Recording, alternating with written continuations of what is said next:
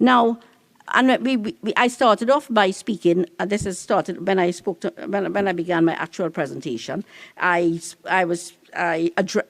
spoke about the importance of the industry to the economy. And one of it, and we acknowledge, is employment.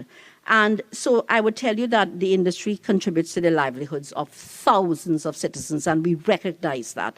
Thousands of citizens. I can tell you, though, there are about 160 scrap metal yards across this country. Problem? Only 81 of them are registered. So the other 80, and that's an estimate that we have, are unregistered. And that therefore tells you that this is a serious issue, serious problem that must be dealt with. But we understand the implications for employment. So therefore, we're called to deal with it. If half of the sites within Trinidad and Tobago are unregulated, it cannot be left as is. And I'll tell you, these are across the country, and we sought to understand where they are. And people think that they're only in Claxton Bay and Chaguanas. Well, Claxton Bay has about 50 yards. Chaguanas has about 40. In Arima, there are about 20. Port of Spain, there are another 12. Pinal, another 10. It's across the country. Gasparillo, Williamsville, another 5 yards. In Point Fortin, another 4 yards, and so on.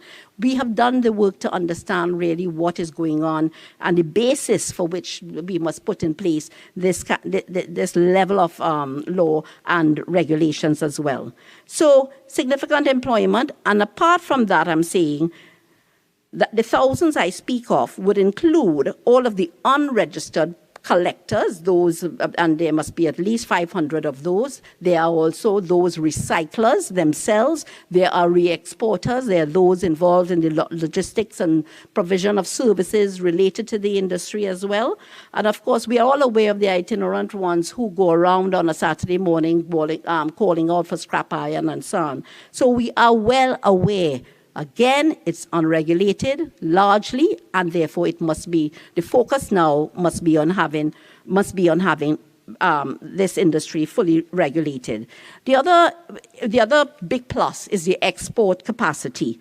And AG would have spoken a little bit, I think, about the importance of it globally. And I want to just bring some statistics to the population. And utilizing data from the World Integrated Trade Solution, it is estimated that global imports of scrap metal, and that's both ferrous and non-ferrous, including copper, in 2021 was valued at $117 billion. That's the length and breadth of this industry. 117 billion US. And I asked them to look at 2019 because I thought perhaps the numbers would have been down during the COVID period. But no, in 2019, it was just $75 billion. So it tells you this is growing and expanding, some for good reasons, some for not. But the point is, again, there is the importance of it being properly regulated.